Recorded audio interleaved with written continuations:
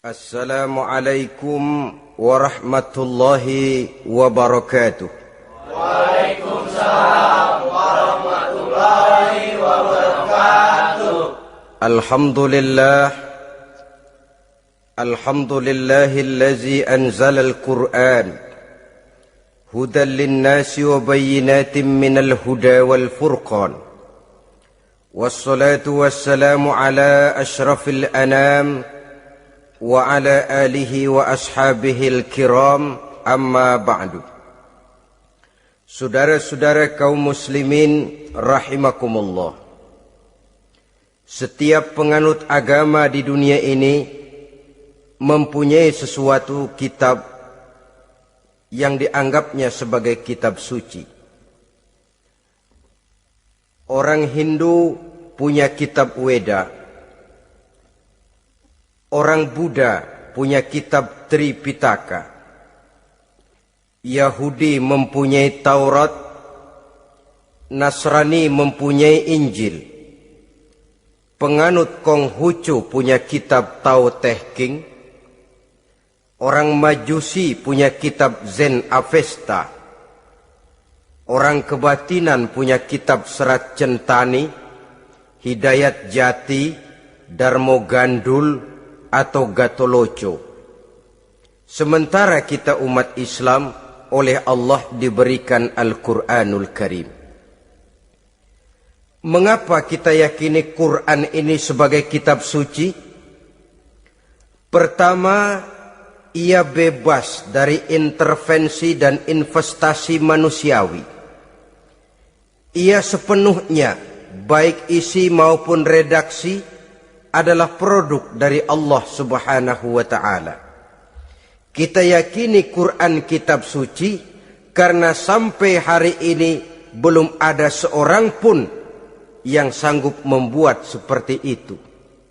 Suatu kitab hanya dinamakan suci kalau dia bersih dari investasi dan intervensi manusia.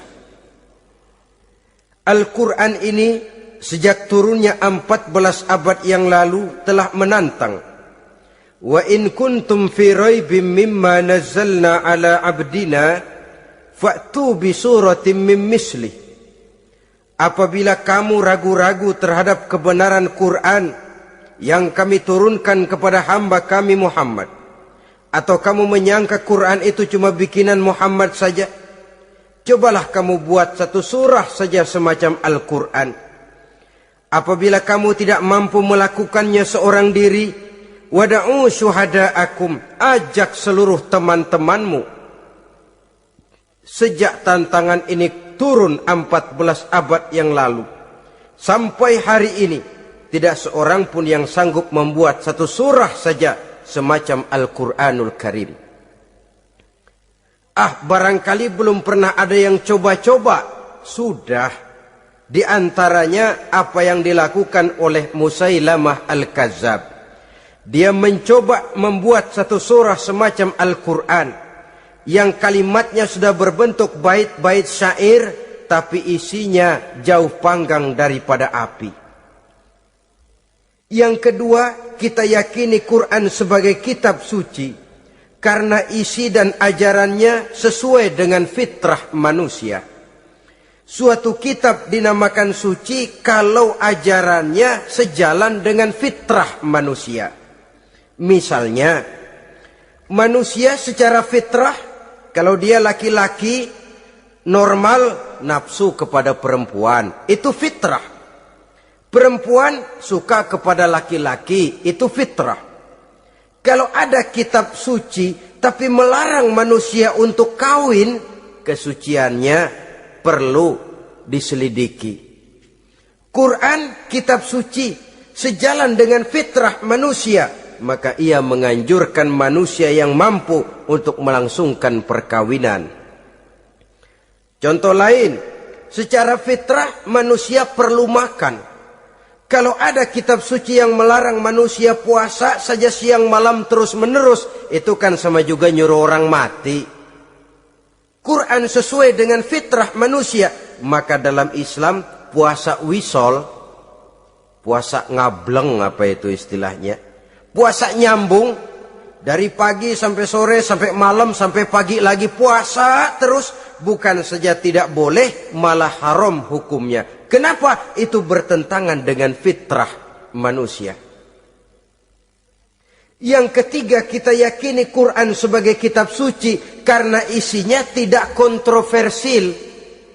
Isinya tidak saling bertentangan satu sama lain. Di ayat manapun Quran mengajarkan Allah itu Esa.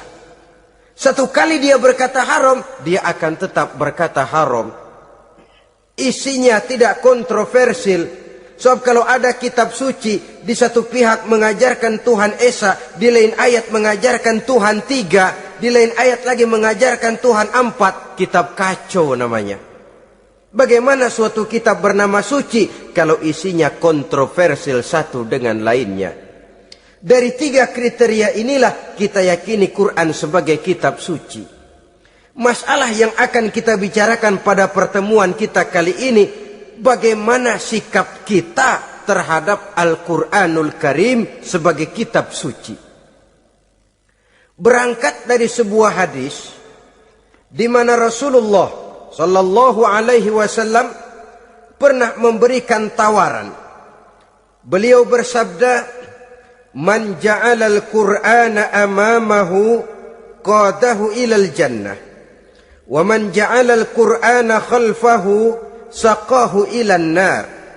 Siapa yang menjadikan Quran sebagai imam, maka Quran akan membimbing dia ke dalam surga.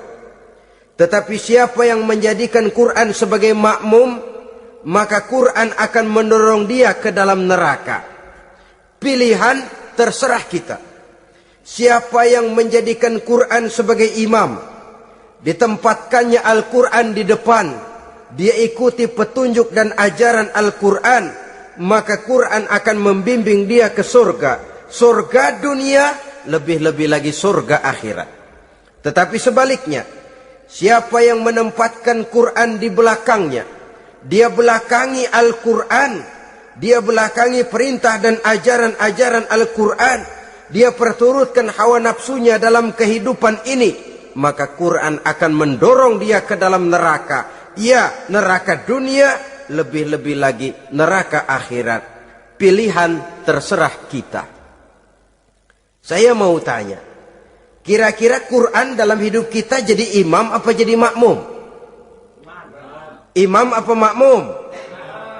Kalau Quran jadi imam, artinya kita umat Islam jadi makmum. Resiko dan logika tentu. Makmum harus ngikuti imam. Imam takbir, makmum takbir. Imam ruku, makmum ruku. Imam sujud, makmum sujud. Imam tahiyat, makmum tahiyat. Itu namanya Quran jadi imam, kita jadi makmum. Artinya dalam terjemahannya pada kehidupan, kalau merah kata Quran, merah kita kata.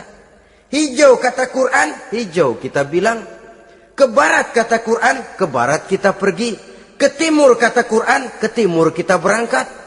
Halal kata Quran, halal kata kita. Haram kata Quran, haram kita bilang. Itu Quran imam, kita makmum. Nyatanya kadang-kadang kontras. Nyatanya kadang-kadang paradok. Merah kata Quran, hijau dong kata kita. Halal kata Quran, remeng-remeng kata kita. Ke barat kata Quran, ke timur kita pergi. Dalam praktek kita mau jadi makmum, Quran kita suruh jadi imam. Kita sesuaikan Quran dengan selera kita. Mana-mana ayat yang menguntungkan, mana ayat yang sesuai dengan mau kita, itu yang kita baca kuat-kuat. Itu yang kita canangkan ke tengah masyarakat ramai. Tapi manakala Quran itu bertentangan dengan nafsu kita, bertentangan dengan gaya dan kepribadian kita, kita umpetin itu Quran. Kalau kita cuma umpetin lumayan, kadang-kadang kita tuduh Quran ketinggalan zaman. Kita anggap Quran tidak relevan lagi dengan situasi dan kondisi. Kalau sudah begitu, sudah menyeberang terlalu jauh namanya. Saudara-saudara kaum muslimin rahimakumullah. Inilah makna hadis Nabi yang diriwayatkan dari Imam Ali bin Abi Thalib, bersabda Rasul, "Man qara'al Qur'ana fastazharahu fa ahalla halalahu wa harrama haramahu adkhalahul jannah." Barang siapa yang membaca Al-Quran lalu memperhatikannya, kemudian menghalalkan yang halal dan mengharamkan yang haram, maka Allah akan memasukkan orang itu ke dalam surga, ya surga dunia, ya surga akhirat. Apabila kita renungi hadis ini, maka untuk berimam kepada Al-Quran ada 3 jalan utama yang harus kita laksanakan. Pertama, dari kalimat man qara'al Qur'an, barang siapa yang membaca Al-Quran. Ini artinya siapa yang ingin menjadikan Quran sebagai imam di dalam kehidupan, jalan pertama yang harus ditempuhnya menanamkan kegemaran membaca Al-Quranul Karim. Al-Quran gharibun fima baina qaumin la yaqra'una. Quran akan jadi asing, Quran akan jadi aneh kalau terletak di tengah rumah orang Islam yang tidak suka membaca Al-Quranul Karim. Jadi langkah pertama, tanamkan kegemaran membaca Al-Quran. Saya tidak menyalahkan kalau remaja kita gandrung kepada Stevie Wonder. Baik kalau mereka senang kepada suara emasnya Michael Jackson atau suaranya Madonna. Tapi kalau sampai harus mengalahkan kecintaan mereka kepada membaca Al-Quran, ini ironi.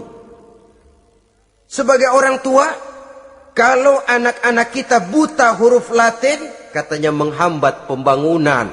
Bahkan pemerintah saja menggalakkan bebas 3B itu. Buta aksara diantaranya, supaya rakyat bisa membaca huruf Latin. Kalau anak-anak kita buta huruf Latin, katanya menghambat pembangunan. Bagaimana kalau anak-anak kita buta huruf Quran? Jelas saja menghambat proses kesadaran dan kebangkitan dari dunia Islam itu sendiri. Satu contoh ringan. Dulu sebelum pembangunan merata, listrik belum lagi masuk desa, kampung gelap, rumah pakai lampu minyak. Kalau kita masuk kampung, terasa banyak orang Islam. Kenapa? Di rumah sebelah sana kita dengar anak muda sedang latihan baca rawi. Sebelah sini ibu-ibu sedang selawatan. Di rumah sana remaja sedang baca Quran. Pembangunan maju, listrik masuk desa. Alhamdulillah. Tapi apa yang kemudian terjadi? Proses pergeseran nilai. Setelah listrik masuk desa, radio main kenceng-kencengan, televisi main gede-gedean, baca Quran sudah barang aneh, langka.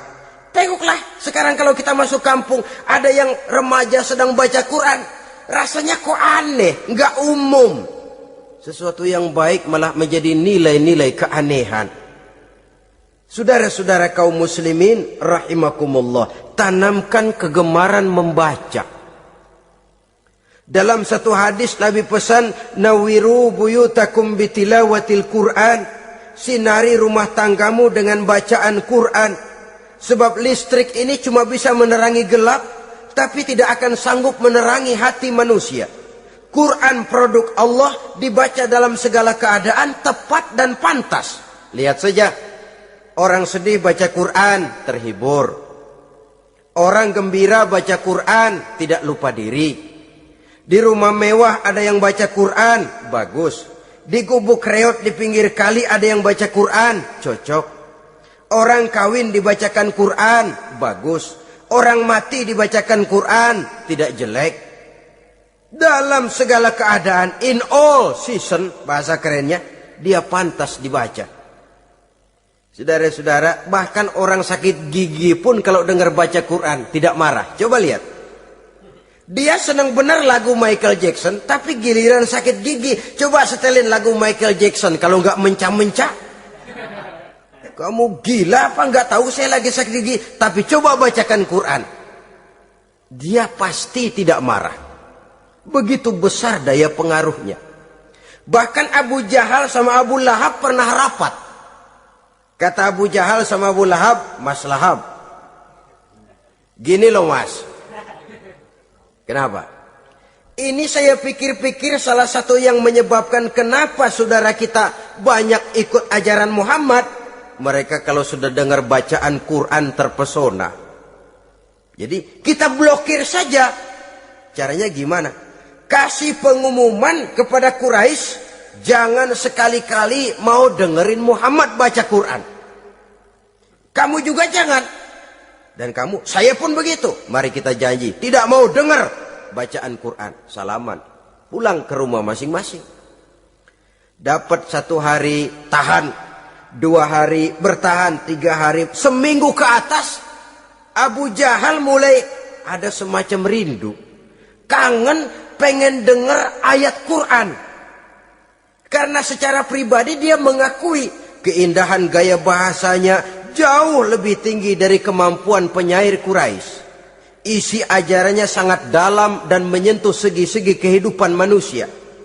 Nggak tahan Abu Jahal, kayak dikilikin hatinya. Keluar rumah mindik-mindik, ngumpet-ngumpet, ngempet di rumah Nabi, pengen dengar Nabi baca Quran. Rupanya Abu Lahab sama. Pikir Abu Jahal, Abu Lahab nggak bakalan keluar. Abu Lahab berpikir, Jahal pasti di rumah. Dua-duanya bareng berangkat ke rumah Nabi. Cuma yang satu dari sebelah barat, yang satu dari sebelah timur. Ngempet, ketemu di sudut, sama-sama kaget. Jahal, loh kamu Lahab? Iya, kamu ngapain? Lah kamu ngapain? Akhirnya sama-sama malu, sama-sama tidak bisa menahan diri, akhirnya sama-sama ngakuin. Bagaimanapun kita harus akui bahwa Al-Quran ini mengandung daya pesona yang sangat luar biasa. Itu dari segi bacaan. Belum lagi dari segi ajaran, belum lagi dari segi isi. Tanamkan kegemaran membaca Al-Quran. Sampai-sampai Nabi katakan, Innallazi laisa fi jawfihi syai'um minal Qur'an kal baitil kharib. Orang yang dari tenggorokannya belum pernah keluar ayat Quran barang sepotong pun, belum pernah ngaji barang seayat pun, itu orang kata Nabi kal baitil kharib, kayak rumah kosong. Rumah kan kalau kosong biar bagus, mewah, besar, perabotannya lengkap. Kalau kosong angker, setan kuntilanak memedi betah benar di situ. Saudara-saudara kaum muslimin rahimakumullah. Dalam satu percontohan Nabi mengatakan begini, Masalul mu'minil lazi yaqra'ul Qur'an kamasalil utrujah rihuha thayyibun wa ta'muha thayyibun. Orang mukmin yang suka membaca Quran adalah ibarat buah utrujah. Baunya wangi, rasanya lezat. Kira-kira kalau di negeri kita buah apa utrujah itu? Semacam jeruk yang manis lah. Sudah baunya wangi, rasanya enak. Itu buah itu. Orang mukmin yang suka baca Quran kayak buah itu. Baunya wangi, rasanya enak. Artinya syiarnya hidup, isinya memang orang mukmin. Sebaliknya, wa masalul mu'minil lazi la yaqra'ul Qur'an kamasalit tamrah la riha laha wa ta'muha hulwun. Orang mukmin yang tidak suka baca Quran kayak korma. Rasanya emang manis, cuman kagak ada baunya. Artinya apa? Syiarnya kurang. Kalau orang belum tapi kenal kan kagak mau makan korma. Kenapa? Nggak ada baunya. Daya tariknya kurang, walaupun rasanya enak. Kalau daya tariknya nggak ada, kan nggak ada iklannya, tidak ada syiarnya. Itu orang mukmin yang tidak suka membaca Quran. Ibarat buah, nggak ada baunya, walaupun rasanya enak. Orang kurang tergerak, kurang syiar, kurang daya tarik. Sebaliknya, wa masalul munafiq allazi yaqra'ul Qur'an kamasalir raihanah rihuha thayyibun wa ta'muha murrun. Orang munafik yang suka baca Quran seperti buah raihanah. Apa itu? Baunya wangi, rasanya pahit. Orang munafik baca Quran kayak buah itu. Baunya sih enak, cuman rasanya pahit. Ya munafik baca Quran. Syiarnya sih lumayan, daya tariknya hebat, isinya munafik. Nah, paling jelek orang munafik yang gak suka baca Quran. Wa masalul munafiqil lazi la yaqra'ul Qur'an kama salil hanzalah laisa laha rihun wa ta'muha murrun. Orang munafik yang tidak suka baca Quran seperti buah hanzalah, sudah enggak ada baunya, rasanya pahit lagi. Kalau buah pacek kali. Udah baunya kagak ada, kalau dimakan bikin orang celeng. Saudara-saudara kaum muslimin rahimakumullah, tanamkan kegemaran membaca Al-Quran. Karena membaca Al-Quran merupakan ibadah yang besar. Bahkan kata Nabi, afdalu ibadati abdi qiraatul Quran. Nilai ibadah yang paling baik dari hambaku adalah ibadah membaca Al-Quran. Dalam solat pahalanya lebih besar di luar solat daripada di luar solat. Dengan wudu pahalanya lebih besar daripada tanpa wudu. Mengerti pahalanya lebih besar daripada tidak mengerti. Tapi tidak mengerti pun jangankan membaca, mendengar saja orang baca Quran dengan baik sudah didoakan untuk mendapat rahmat. Berpahala mendengar bacaan Al-Quran walaupun tidak mengerti. Apalagi membaca sendiri, apalagi mengerti apa yang kita baca, tentu pahala itu akan jauh lebih besar. Ini yang pertama, tanamkan kegemaran membaca Al-Quranul Karim. Yang kedua, dalam hadis tadi, fastazharahu, man qara'al Qur'ana fastazharahu. Siapa yang membaca Al-Quran kemudian memperhatikannya. Jadi kalau kita mau berimam kepada Al-Quran, setelah menanamkan kegemaran membaca, yang kedua, perhatikan. Pahami isinya. Jangan seperti monyet pakai mahkota, ketawa girang, cengengesan, tapi dia tidak tahu arti kebesaran mahkota yang disandangnya itu. Bangga dengan Al-Quran, tapi apa kandungannya kita tidak mengerti. Untuk memahami Al-Quran ini, caranya bagaimana? Tentu mudah saja. Seperti contoh, kalau kita ingin mengerti caranya bikin tahu, jangan bertanya kepada montir mobil. Montir mobil ahli betul urusan mesin, tapi kalau urusan tahu, tanya dong tukang tahu. Untuk mengerti rahasia dan seluk-beluk Al-Quran, kita harus bertanya kepada orang yang memahami seluk-beluk Al-Quran. Para ulama, para kiai, para ustadz, yang kita tahu kualitas keilmuannya, kita yakini loyalitas dan integritasnya kepada Islam ini. Kenapa? Ayat-ayat Quran itu elastis. Dia dibawa kemana saja mau. Ditafsirkan menurut kemauan orang bisa. Paling celaka kalau yang belajar tidak punya dasar, yang mengajar punya maksud lain. Sesat dan menyesatkan. Yang ngajar punya nafsu ambisi, yang belajar tikus budeg. Yang memang tidak punya dasar apa-apa. Sekali belajar langsung tafsir. Cara wudhu yang baik saja belum ngerti. Cara ruku dan sujud yang baik saja belum bisa. Yang membatalkan sholat apa ndak bisa, ndak ngerti. Sekali langsung. Ndak, supaya kita langsung saja belajar langsung Al-Quranul Karim.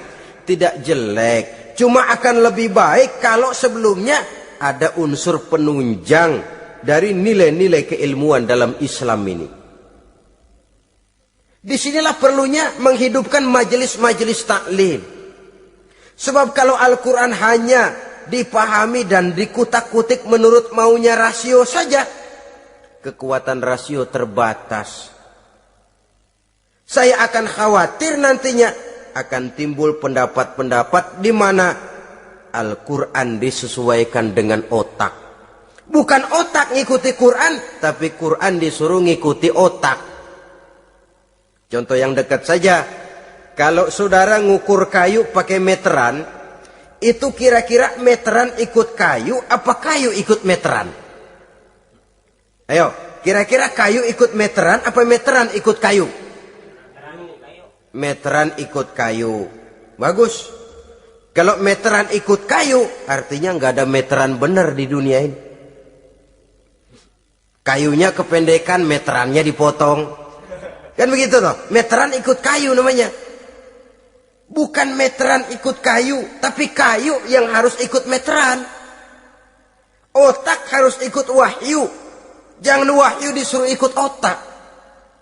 Manusia ikut Quran, jangan Quran disuruh ikut manusia.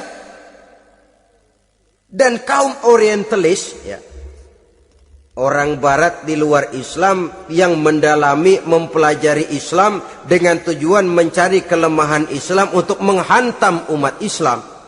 Itu sengaja mencari ayat-ayat yang mereka kumpulkan untuk menghantam umat Islam. Supaya mereka meragukan Qur'annya untuk kemudian pada suatu saat meninggalkan Qur'an sama sekali. Timbullah pendapat ada ayat Qur'an yang sudah tidak sesuai lagi katanya dengan situasi dan kondisi. Seolah-olah otak manusia sudah jauh lebih pintar daripada Al-Qur'anul Karim. Saudara-saudara kaum muslimin rahimakumullah. Inilah yang kita berlindung dari Allah. Sebab secara demikian dengan kata lain, kita secara tidak sadar sudah mengurangi kemahamutlakan dan kesempurnaan dari Allah Subhanahu wa ta'ala. Untuk memahami Al-Quran, maka kita harus bertanya kepada ahlinya, mengaji, menghidupkan majelis-majelis taklim. Jangan sampai Al-Quran menjadi awam di tengah masyarakat Islam sendiri. Ini jalan yang kedua, memahami isinya. Sehingga dengan demikian, manakala Al-Quran dibacakan orang, pemikiran kita tidak lagi terpusat kepada kemerduan suara orang yang membaca, tapi tertuju kepada isi yang dikandungnya. Sehingga dalam kondisi semacam itu, boleh jadi tiap kali dibacakan Al-Quran, nilai iman makin tambah. Kita dengar orang baca, Alam taro kaifa fa'ala rabbuka bi ashabil fil. Terbayang oleh kita bagaimana Raja Abrahat dengan pasukannya mau menghancurkan Ka'bah. Bagi Allah cukup menurunkan burung ababil, hancur lebur Abrahat, raja besar dengan seluruh pasukan gajahnya. Berantakan dibuatnya cuma dengan burung ababil. Allah maha besar, Allah maha kuasa. Tambah iman. Kalau tidak, ya seperti yang banyak terjadi. Quran menceritakan azab, kita malah kesenangan. Walakum azabun alim. Kamu akan mendapat azab yang pedih. Kita teriak di pojokan, toyib, toyib. Allah, alhamdulillah. Digambarkan azab malah baik-baik. Bahwa kita suka, kita gemar kepada bacaan Quran dengan suara yang merdu, alhamdulillah. Akan lebih baik lagi kalau kita mengerti apa yang dibacanya. Sebab perintah membaca tersirat makna perintah untuk memahami. Perintah memahami tersirat makna untuk mengamalkan. Dengan kata lain, kita hanya bisa mengamalkan Quran dengan baik kalau kita mengerti isinya. Kita hanya bisa mengerti isinya kalau kita rajin membacanya. Baik membaca yang tersirat, baik membaca yang tersurat dengan petunjuk para alim ulama, para kiai, dan orang-orang yang ahli di bidang itu. Saudara-saudara kaum muslimin rahimakumullah. Inilah jalan kedua. Upayakan memahami isinya. Hidupkan kajian-kajian agama, hidupkan majelis-majelis taklim. Jangan sampai Al-Quran asing di hati kita sendiri. Jangan sampai kita awam terhadap makna kandungan dan ajaran Al-Quran, sementara kita yakini bahwa dialah yang akan bisa membimbing kita menuju kebahagiaan sejak dari dunia sampai ke akhirat nanti. Jalan ketiga untuk berimam kepada Al-Quran, setelah menanamkan kegemaran membaca, lalu berupaya memahami isinya, yang ketiga adalah mengamalkannya dalam kehidupan sesuai dengan kemampuan yang kita miliki. Quran tidak akan membawa berkah Kalau ajaran yang terkandung di dalamnya kita baca, tapi kemudian kita injak-injak dalam praktek kehidupan. Quran mengatakan riba haram, tapi praktek kita dalam hidup malah senang betul kepada riba. Quran mengajarkan jagalah kesatuan persatuan dan ukhuwah Islamiyah. Praktek yang kita lakukan malah centang perenang, malah saling bertolak belakang, malah kadang menjegal kawan seiring, menggunting dalam lipatan, ramai kita dengan kita. Lalu kelemahan pun menjadi kenyataan di mana-mana. Quran sekali lagi tidak akan membawa berkah kalau yang kita baca kita injak-injak. Tentang pengamalan Al-Quran ini, Allah Subhanahu wa ta'ala mengklasifikasi manusia dalam firman-Nya, "Tsumma awrasnal kitabal ladzina astafaina min ibadina." Kemudian kami wariskan Al-Quran ini kepada hamba-hamba kami yang kami pilih. Ya Allah, coba saja kita lihat ayat ini. Quran kitab pilihan, diberikan kepada umat pilihan, yaitu kita-kita ini. Lalu bagaimana umat pilihan ini setelah menerima Al-Quran? Terbagi dalam 3 kelompok besar. Pertama, kata Allah, "Faminhum zalimun li nafsihi." Di antara mereka ada yang setelah menerima Al-Quran kemudian zalim kepada dirinya sendiri. Artinya hanya mulutnya saja yang menerima Al-Quran, tapi perbuatannya menginjak-injak Al-Quran. Orang semacam ini tidak zalim kepada Allah, tidak zalim kepada Rasulullah, tetapi orang semacam ini zalim kepada dirinya sendiri. Dia terima Quran dengan mulutnya, tapi dia injak-injak Quran dengan perbuatannya. Na'udzubillah summa na'udzubillah. Kelompok yang kedua, faminhum muqtasid. Di antara mereka ada yang setelah menerima Al-Quran lalu muqtasid. Muqtasid ini 50-50. Ngambil jalan tengah. Ajaran Quran dipakai, ajaran setan dikerjain. Artinya juga perintah Quran oke, larangan Quran ho-oh. Saudara-saudara, malaikat bingung bagaimana montennya nih anak ini. Perintah Quran dikerjain, larangan Quran juga dikerjain. Ini muqtasid. Nah, yang ideal adalah golongan yang ketiga, kata Allah, wa minhum sabiqun bil khairati biiznillah. Di antara mereka ada lagi yang setelah menerima Al-Quran lalu berlomba-lomba melaksanakannya, berlomba-lomba mengamalkan kebaikan, dan itu hanya bisa terjadi biiznillah, dengan izin dari Allah. Hidayah, saudara-saudara. Berapa banyak orang yang mengerti Quran tapi hidupnya jauh dari cahaya Quran. Berapa banyak orang yang ahli Quran tapi cahaya Quran tidak menerangi kehidupannya. Berapa banyak orang yang ahli hukum tapi bikin bingung masyarakat dengan fatwanya. Saudara-saudara kaum muslimin, kenapa bisa terjadi? Itu tidak ada hidayah, tidak biiznillah, tidak ada izin dari Allah. Maka bisa membaca Quran, alhamdulillah. Bisa memahaminya, kita bersyukur kehadirat Allah. Lebih penting dari itu, kita mohon hidayah agar bisa mengamalkannya sesuai dengan kemampuan kita.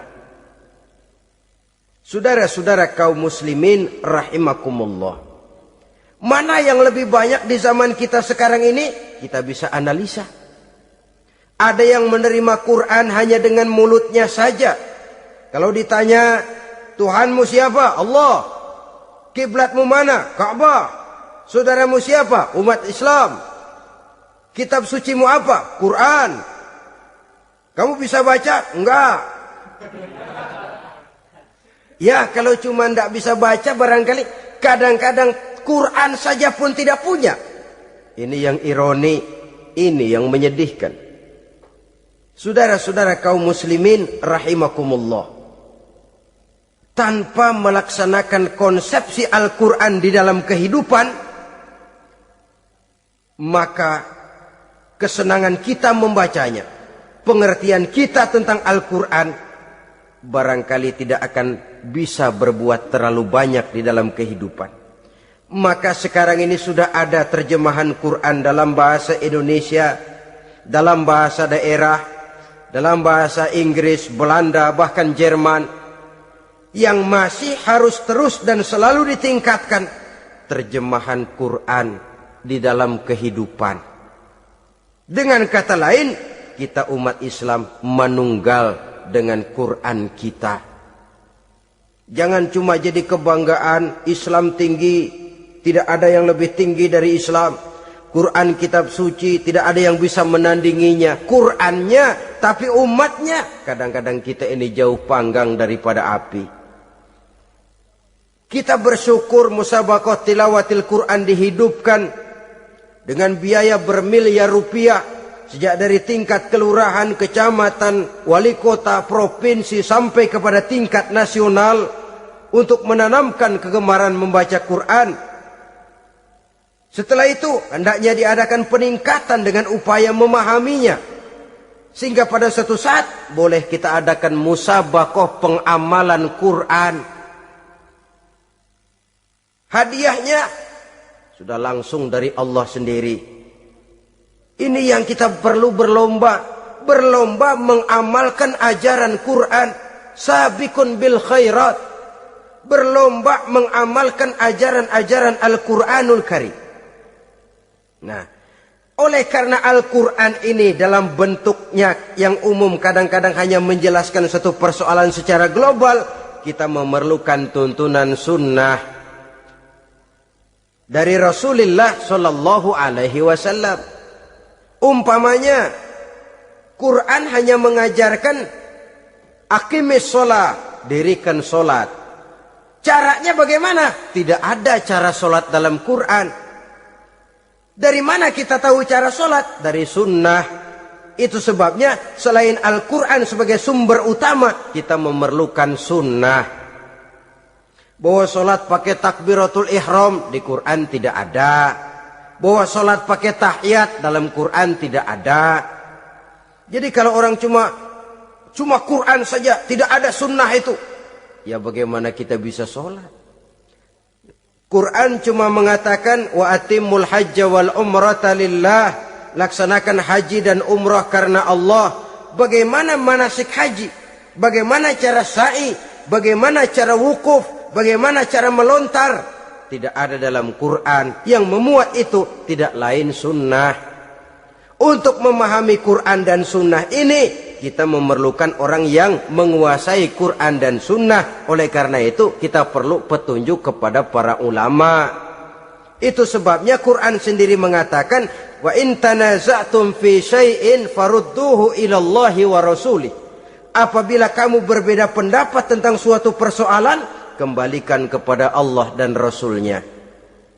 Kembalikan kepada Allah artinya kembalikan kepada Quran. Kembalikan kepada Rasul maksudnya kembalikan kepada sunnah. Siapa yang mengerti Quran dan sunnah? Para ulama yang kualitas ilmunya kita yakini, loyalitas dan kredibilitas serta integritas keislamannya bisa menjadi panutan.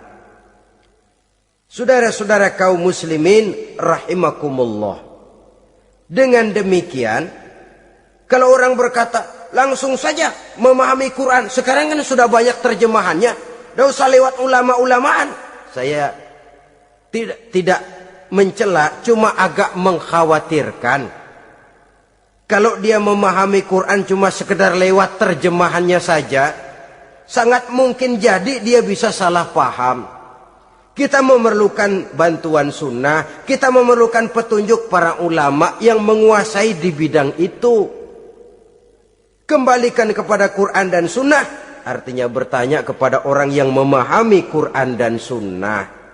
Loh, dengan begitu kan akan terjadi perbedaan pendapat. Perbedaan pendapat sesuatu yang halal sepanjang tidak menyebabkan kita berpecah belah. Halal berbeda pendapat. Asal diletakkan pada proporsinya. Apalagi kalau perbedaan pendapat itu cuma masalah teknis, bukan masalah prinsip. Kenapa tidak pulang saja kepada tuntunan Quran? Lana a'maluna walakum a'malukum. Kami akan mengamalkan amalan yang kami yakini benarnya. saudara persilahkan mengamalkan amalan yang saudara yakini benarnya. Sama-sama punya alasan, sama-sama punya dalil. Tidak usah saling menyalahkan. Tidak usah saling mengklaim, merasa yang paling benar, orang lain salah semua.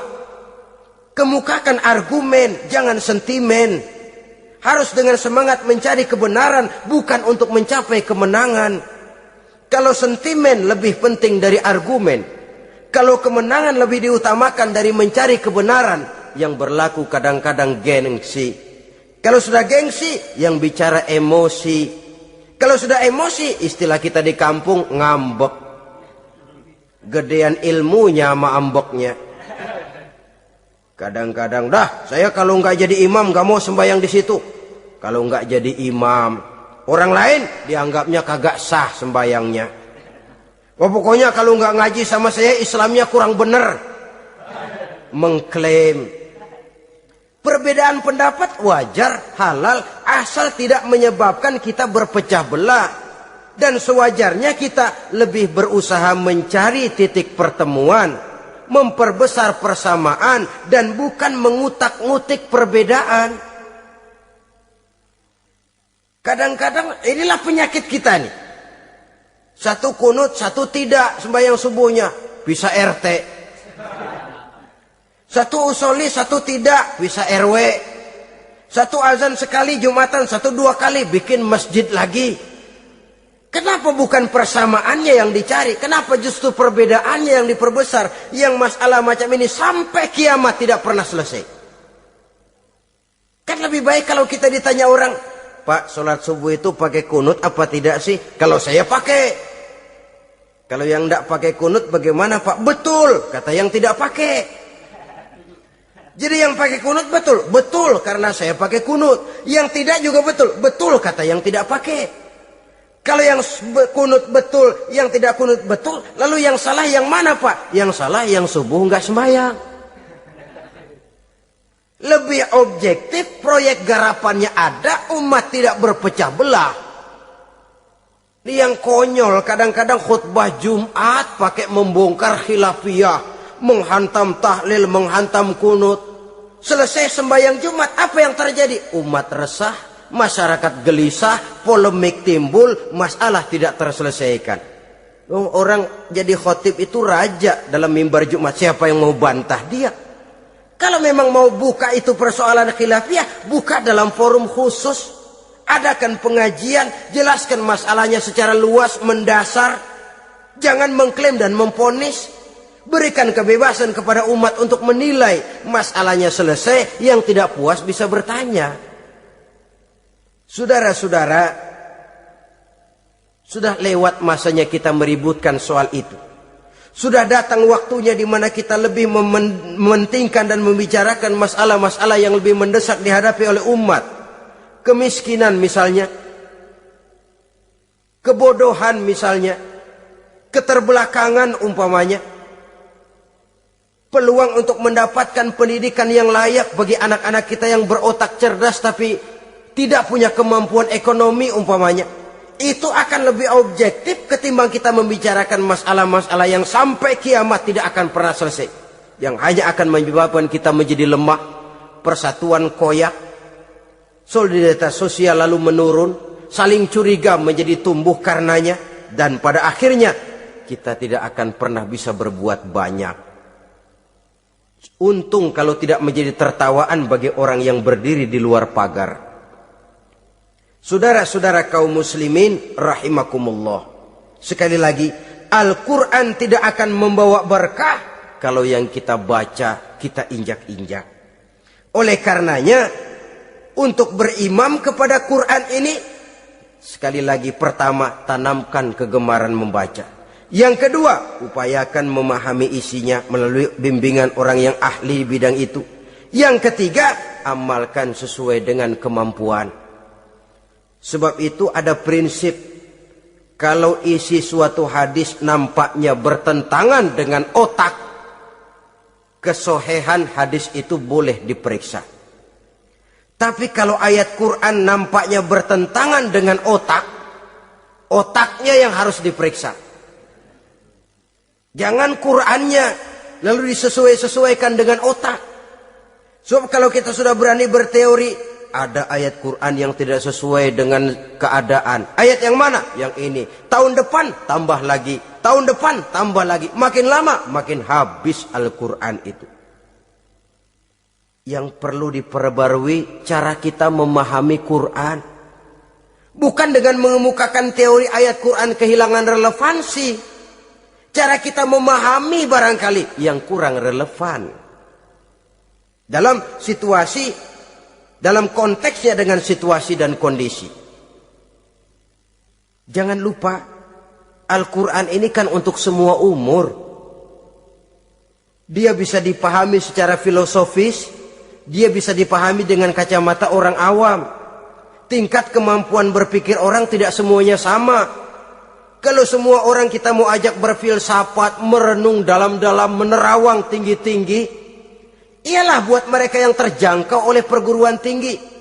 Tapi buat saudara-saudara kita, pedagang-pedagang kecil, petani di desa-desa terpencil, remaja-remaja yang jauh dari sentuhan teknologi canggih, sanggupkah mereka berpikir filosofis? Sementara mereka merupakan bagian terbesar dari kondisi umat ini. Saudara-saudara kaum muslimin, oleh karenanya ditentang membaca, memahami dan mengamalkan. Rasulullah Shallallahu Alaihi Wasallam pernah memberikan sugesti. Beliau bersabda, "In aradtum aisas su'ada," apabila kamu menginginkan kehidupan yang bahagia, hidup seperti hidupnya orang-orang yang bahagia, dan tentu ini keinginan kita semua. Wa mautas syuhada, dan menginginkan mati sebagai matinya para syuhada, para pahlawan pembela agama, orang yang mati syahid. Wah, ini sudah tidak duanya ini. Hidup mulia, mati syahid. Dapat dua-duanya. Wan najata yaumal hasyri, dan ingin mendapat keselamatan pada hari hasyar, hari pengumpulan manusia di padang mahsyar. Wa zilla yaumal harri, dan mendapat perlindungan dari Allah pada hari yang sangat panas. Wal huda minad dhalalah, dan mendapat petunjuk dari kesesatan. Nah, ini keinginan semua orang. Kan yang kita cari apa sih? Hidup bahagia. Biar ndak kaya asal bahagia, sudah enak. Lalu apalagi? Matinya sebagai syahid. Kemudian di hari pengumpulan nanti mendapat keselamatan. Lalu pada saat orang lain kepanasan kita mendapat perlindungan. Kemudian orang lain kebingungan kita mendapat petunjuk. Kalau ini yang diinginkan kata Nabi, resepnya fa'adimu qiraatal Quran, maka lazimkan, biasakan olehmu membaca Quran. Tidak ada terlambat. Idealnya memang dari kecil, sebab lidah kalau sudah kaku berat. Disuruh baca innallaha laghaniyun hamid, lidahnya berat. Innallaha lampuniyun hamid, lampuniyun. Laghaniyun jadi lampuniyun. Lidah itu kalau sudah berat ya memang berat. Disuruh baca ya bani Israel, lidahnya berat. Ya bini Siroil gitu. Jadi ya bini Siroil. Saudara-saudara, idealnya memang dibiasakan dari kecil supaya lidah itu ringan. Kalau tidak ada istilah terlambat. Saya malu pak, belajar alif-alifan udah gede. Ya jangan alif-alifan, alif beneran. Alif-alifan kapan bisanya? Alif beneran yang dipelajari. Tidak ada istilah terlambat, tidak ada istilah malu untuk belajar Al-Quran ini. Saudara-saudara kaum muslimin rahimakumullah. Ini sugesti untuk menanamkan kegemaran membaca. Lalu sugesti untuk memahaminya. Tentu banyak ayat, banyak hadis.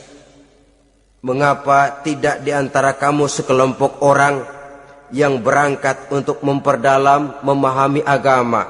Falaula nafaro min kulli firqatin minhum ta'ifatun liyatafaqahu fid din. Di tengah kelompok orang yang berangkat belajar teknologi canggih, di tengah grup orang yang mendalami ekonomi, di tengah kelompok orang yang membidangi hukum, di tengah kelompok orang yang sibuk meneliti ilmu-ilmu kedokteran, mengapa tidak ada kelompok orang yang secara takhasus liyatafaqahu fid din, mendalami agama ini, mendalami Quran ini, harus ada. Lalu sugesti untuk mengamalkan Al-Quran kelihatan dari peringatan Allah yang kita bisa temukan pada surah Toha ayat 124 sampai dengan 127. Wa man a'rada an zikri, barang siapa yang berpaling dari peringatanku, kata Allah, barang siapa yang berpaling dari Al-Quran ini, dia terima Al-Quran, dia imani Quran, tapi dia berpaling dari ajarannya, dia injak-injak apa yang seharusnya dia amalkan, dia perturutkan hawa nafsunya, maka kata Allah, fa inna lahu ma'isyatan dhanka, dia akan diberikan satu penghidupan yang sempit. Inna lillahi wa inna ilaihi raji'un. Diberikan hidup yang sempit. Kalau hidup sudah terasa sempit, bagaimanapun luasnya rumah, sempit. Kalau hidup sudah terasa sempit, bagaimanapun banyaknya harta, sumpek. Kalau sudah hidup ini terasa sempit, bagaimanapun luasnya pergaulan, tidak ada tempat kita bertanya, melarikan persoalan, membagi rasa. Siapa yang berpaling dari Quran, dia akan diberikan penghidupan yang sempit. Bukan dagangnya tidak untung, bukan kerjanya tidak digaji, tapi kesempitan hati lebih bahaya loh dari kesempitan ekonomi. Itu di dunia. Di akhirat, wa nahsyuruhu yaumal qiyamati a'ma. Di akhirat nanti dia akan dikumpulkan oleh Allah dalam keadaan buta. Ya Allah, ya Rasul. Padahal ke akhirat kita baru tumben. Sekali ke akhirat buta. Masya Allah. Di tempat kita lahir saja, kalau tadinya kita melihat, tahu-tahu menjadi buta, kita bingung. Padahal jalan sudah pernah kita lihat, arah sudah pernah kita tahu. Bagaimana di padang mahsyar nanti? Kemana jalan yang akan ditempuh? Kepada siapa kita hendak bertanya? Mana teman, mana istri, mana anak? Buta pula kita. Satu kesengsaraan yang merupakan puncak kesengsaraan. Dikala itu orang yang semacam tadi protes. Rabbi, lima hasyartani a'ma wa qad kuntu basira. Wahai Allah, kenapa hari ini saya dikumpulkan dalam keadaan buta? Padahal ketika di dunia dulu saya melihat, saya menyaksikan gunung yang menjulang tinggi ke angkasa.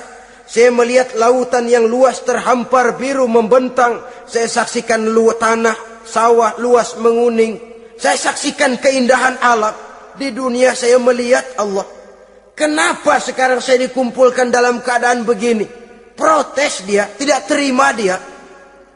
Allah jawab, kadzalika atatka ayatuna fanasitaha. Kata Allah, begitulah memang. Dahulunya waktu di dunia telah datang ayat-ayat kami kepadamu, telah turun Al-Quran, telah datang agama, fanasitaha, tapi kamu lupakan dia, kamu lupakan Quran, kamu lupakan Islam. Datang ayat, turun Quran, turun agama, kamu belaga pilon, kamu belaga enggak tahu. Wa kadzalikal yauma tunsa, maka hari ini pun begitulah kamu dilupakan. Sebagaimana dulu waktu di dunia, kamu telah melupakan ayat-ayatku, melupakan kitabku, melupakan ajaran-ajaranku. Hari ini kamu pun dilupakan. Seolah-olah Tuhan cuma enggak bilang, mereka protes, Tuhan, kenapa saya buta padahal di dunia saya ngelihat? Kata Tuhan, kalau bahasa kita, lu rasain. Lu sih, kenapa dulu di dunia? Pura-pura enggak lihat. Kenapa waktu di dunia? Pura-pura enggak tahu. Kenapa waktu di dunia? Kamu lupakan Quran. Maka hari ini pun engkau kami lupakan. Wa kadzalikal yauma tunsa. Wa kadzalika najzi man asrafa walam yu'min bi ayati rabbih wal azabul akhirati asaddu wa abqa. Demikianlah kami membalas orang yang berlebih-lebihan, orang yang melampaui batas dan tidak mau beriman kepada ayat-ayat Tuhannya, dan sungguh siksa akhirat itu lebih dahsyat dan lebih kekal. Siksa dunia mungkin kelaparan, kekurangan ekonomi, kekurangan pakaian, tapi berapa hari paling lama seumur manusia? 70 tahun umur kita, ya paling lama begitulah. Tapi siksa akhirat, kesengsaraan akhirat, kesengsaraan neraka, asyaddu wa abqa, lebih dahsyat dan lebih kekal.